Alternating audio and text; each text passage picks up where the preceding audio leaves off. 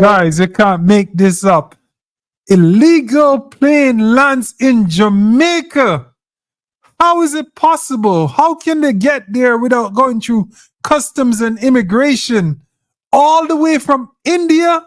Let's pick up from the local news. This is crazy. We begin this evening with an exclusive report. The authorities are investigating what appears to be a smuggling operation involving hundreds of Indian nationals passing through Jamaica. It all stemmed from the arrival of an unauthorized plane in Jamaica Friday. The details from Dwayne Anderson. Scores of Indian visitors enjoying the sights and sounds of downtown Kingston on a Sunday afternoon. The issue is, they should not be here, nor should they be moving around this freely unsupervised.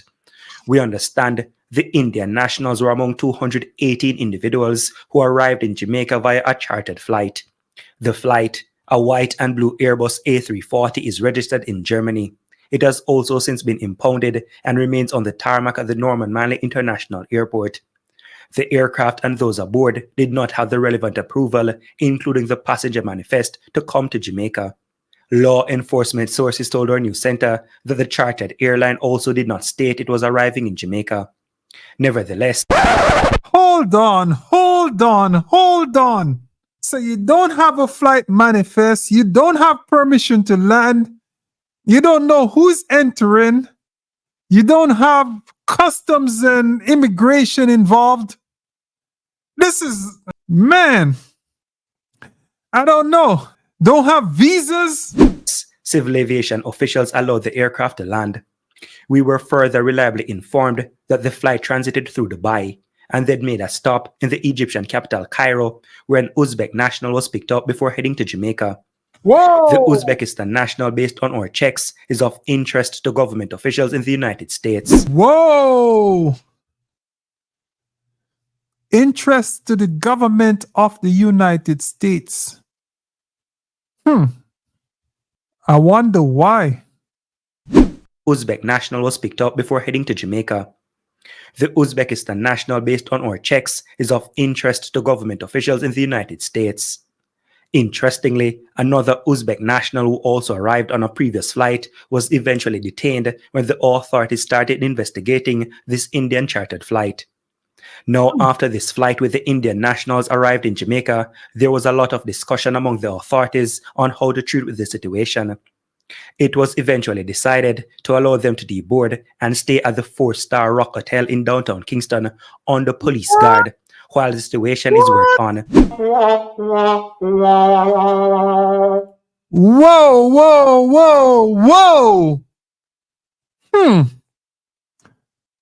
So you enter a country illegally, no flight manifest, they're not expecting you, there's some debate among the authorities, then somehow they get allowed in and they happen to be staying at one of the best hotels in Kingston. Whoa. 2 Uzbek nationals. Don't know what's up with that. This thing is wild, guys. Really wild.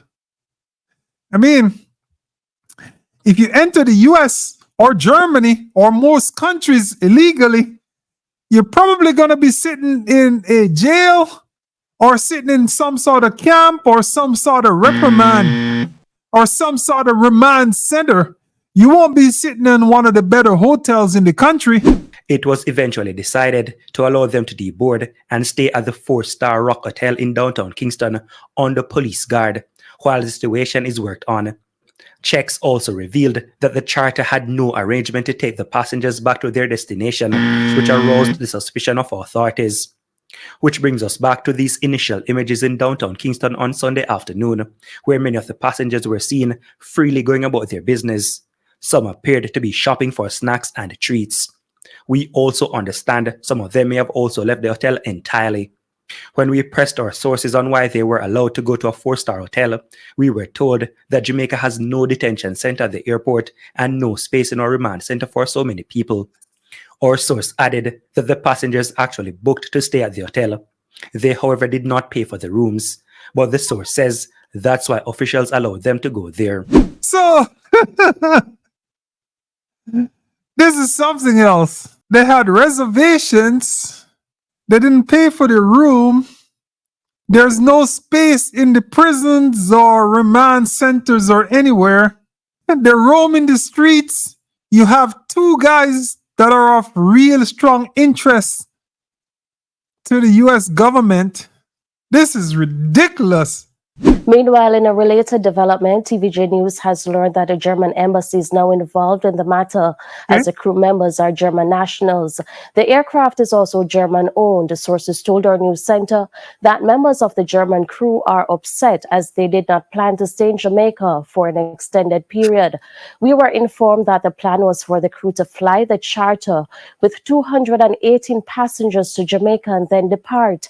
The crew contacted the embassy here in Jamaica, Kingston, yesterday, which has intervened. So yeah.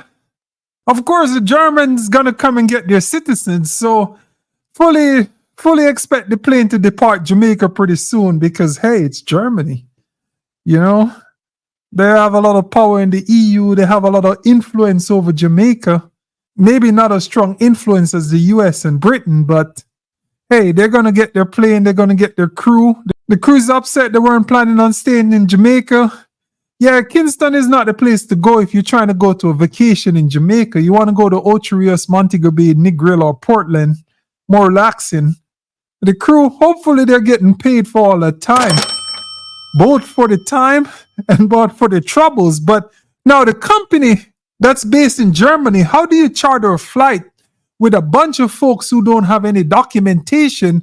Or how do you fly an airplane that doesn't have the right passengers on the manifest? If this occurred in the US, that would be some serious fines. So guys, naturally, some folks are quite upset about this. So on the screen, you see a statement from the opposition party. So not the folks that are running the government of Jamaica right now, but the leaders of the opposition party. They actually have a few questions. They wanted to know the origin, destination, and the apparent purpose of the flight.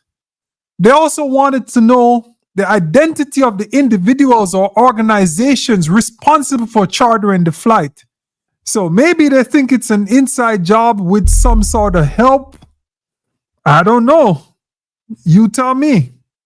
Also, number 3, why was the flight allowed to land in Jamaica without proper clearance? That's a valid question. I don't know if you can land anywhere without proper clearance.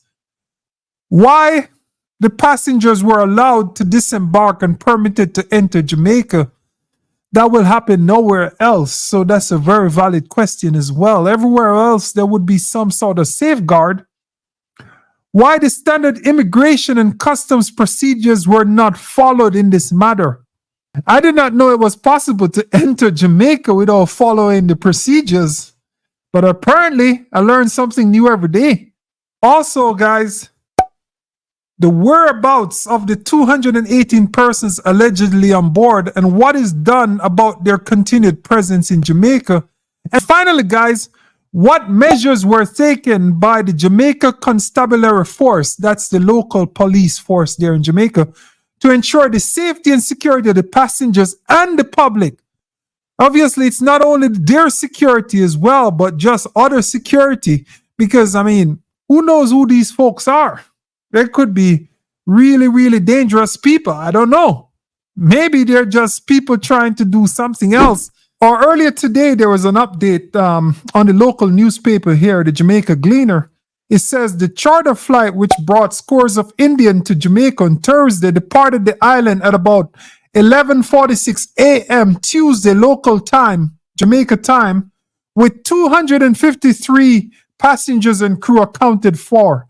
That's from the Transport Minister, Darrell Vaz.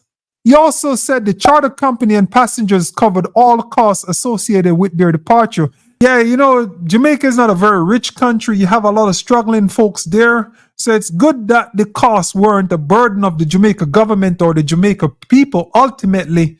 And when I think about costs, it's not only the staying costs like the hotels and so forth, but it's also the landing fees and costs of the police officers. I wonder if that's included or just they're talking about just the direct costs like the hotels and foods, etc. Now, there's a much greater cost to this in terms of the Jamaica Constabulary Force, all the resources that are involved, all the answering, the government agencies, and so forth. Hopefully, they cover those costs as well. That's it, guys. Let me know your thoughts. Drop a comment below. Like, share, subscribe. Until next time, YouTube. One love.